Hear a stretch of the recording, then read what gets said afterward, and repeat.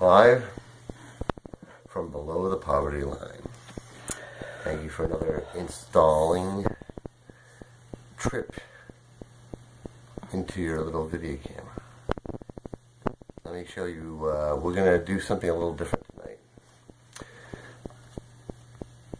We were talking about greed and all that. If you've seen my other stuff,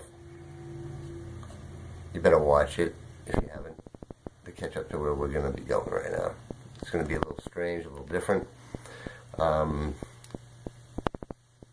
Everybody's talking about politics and stuff, but I'm going to show you an odd sense of things, of why certain things are thought to be a truth but not, could be plausible but maybe it isn't, and how we derive to that. So what I'm entailing to you tonight is I'm going to spin you, as they say in southern terms, spin you a yarn, but I'm going to try to convince you that the story is absolute when I know it's not, or maybe it is, a little piece here and there. And I can show you how if you take pieces, little tiny pieces, and force them into a little half-assed jigsaw puzzle, you might get some kind of truth out of it. So, we have our two candidates. You wonder to yourself, what happened in the last couple of centuries? Did we go wrong to the point where we're at right now? And we can look at a bunch of different facts and reasons behind this thing, which is a true conspiracy, and I'll prove to you why that is.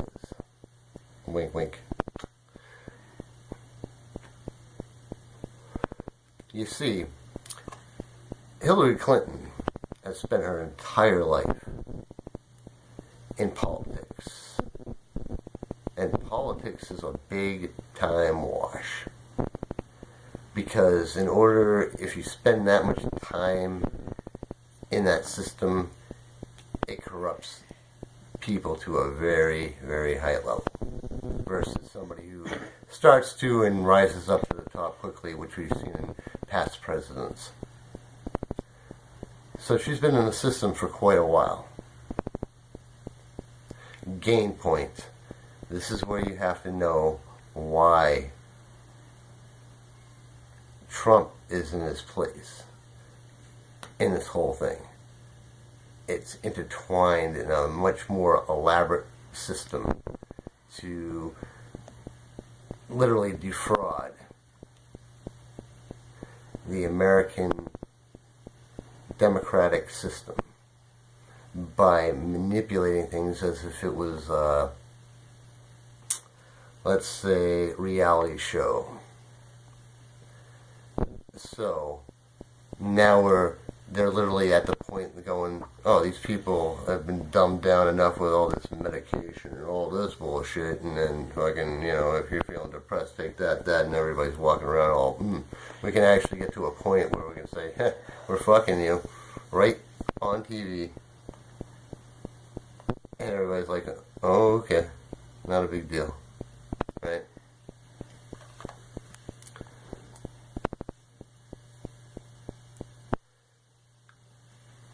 So it brings you to why all that is in place. Hillary has already proven to herself that she can't actually be a real good, halfway decent politician at best from any Republican side. Any politician from the Republican side would have probably knocked her out in a landslide big time. She's proven her failures because she couldn't beat Obama for the, nomination in the last round. So she's already shown that she can't go against somebody on that level already. And if you've been in politics long enough, you scratched and did all these things for these people for a good portion of your life, and now they owe you a favor. So they're saying, okay, we'll take you. We're going to push you, but you can't really beat a real politician. So we got a little plan for you. This guy, he's ready to jump right into the tank. It's Donald Trump. Alright? He's not a politician. He's never done anything. It should be easy. If you can't beat that, I don't know what we can say about you. Right? You're thinking to yourself, what? You think Donald Trump would say, hey man, not a big deal. Not a big deal at all. You know, you want me to help you elect her because she wouldn't stand a chance against a real politician. Alright. So now you think to yourself, why would somebody do that? Well, how would it benefit me? Well, if it was me, or, I'm sorry, if I was in Trump's position, I was thinking strategically, you go in there, all these politicians say, you know, and you can see the divide anyways, the Republicans sliding this way, that way. It's really messy. And there's a reason for it, because it's really causing a lot of mass confusion. So, they want to increase the odds. So every time, for some reason, Trump seems to get up more high in the polls, the more negative shit you can see in order to try to cloud the cover that nobody really wants her to be in office. Thus, the puppet. And I was telling you, why would he benefit from it? Well, if all the politicians came to you and said, hey, listen, we want you to help you, push her through and get her to her presidency. She can't do it on her own 2 feet against an actual, real political opponent on a Republican side on any given day. And not saying I'm Republican or anything, but, you could have put Pence up there against her and she would have crumbled at that first debate. So, with that being said, how does Trump benefit? All these politicians say, all right, do this for us, run all the way to the end, blah, blah, blah. Try to make sure you push the envelope. If you get too far ahead, keep pushing down as hard as you can. Say whatever the fuck comes into your mind. Release whatever tapes you want to do. Because if you really think that by any luck and chance, a recorded conversation between Donald Trump and this woman in the back of a fucking bus just happened to leak out, just by pure luck, that it was so what you have to think about is, was it really a setup in the first place?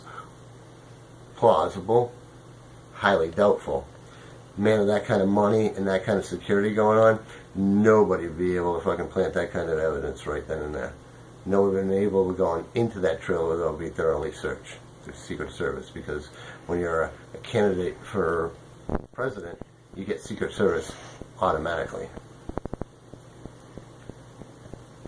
So, that means that tape had to be leaked in order, they're saying, oh, shit, he's gaining on her on the polls, this is not good. Alright, here's a tape, blast that all over the place.